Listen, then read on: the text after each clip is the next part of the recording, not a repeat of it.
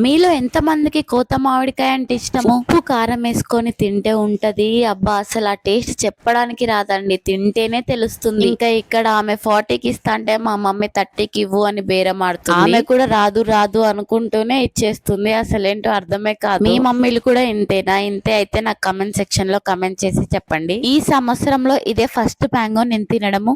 అయ్యో మర్చిపోయామని ఉగాదికి తిన్నా కదా. ఇంకా కాణిపాకంలో వినాయకుడి దర్శనం అయిపోయింది. ఇంకా ఇప్పుడు తిరుపతికి బయలుదేరాలి. బయలుదేరే ముందు టిఫిన్ చేద్దాం. హోటల్ కి వెళ్ళాము, అలసిపోయాం కదా అని అందరం ఇడ్లీ ఆర్డర్ చేద్దాం అనుకున్నాము. కానీ ఆమె ముందే చెప్పింది మాకు, ఇక్కడ ఇడ్లీలు బియ్యం పిండితో చేస్తాము, మీరు తినలేరు. ఇంకేముంది, అందరం దోశనే ఆర్డర్ పెట్టుకుని తినేసాము. ఫ్యామిలీ దోశ తిని బతికేస్తున్నాం ఇక్కడ. సరేలే టేస్ట్ ఎలా ఉంటుందో అని ఇడ్లీ కూడా ఆర్డర్ పెట్టాము. టేస్ట్ అయితే బానే ఉంది, కానీ మన సైడ్ ఉన్నంత సాఫ్ట్ గా లేవు ఇడ్లీలు. ఇంకా టిఫిన్ తిన్న తర్వాత వెళ్తుంటే మా మమ్మీ చిలక జోస్యం చెప్పించుకుంటానని వెళ్ళింది. ఆయన దగ్గర చిలక లేదంట. వాళ్ళు కోయదొరలు అంట, ముఖం చూసి పత్రాలు చూసి చెప్తారంట. మీరు ఎప్పుడైనా చెప్పించుకున్నారా ఇలాంటి వాళ్ళతో?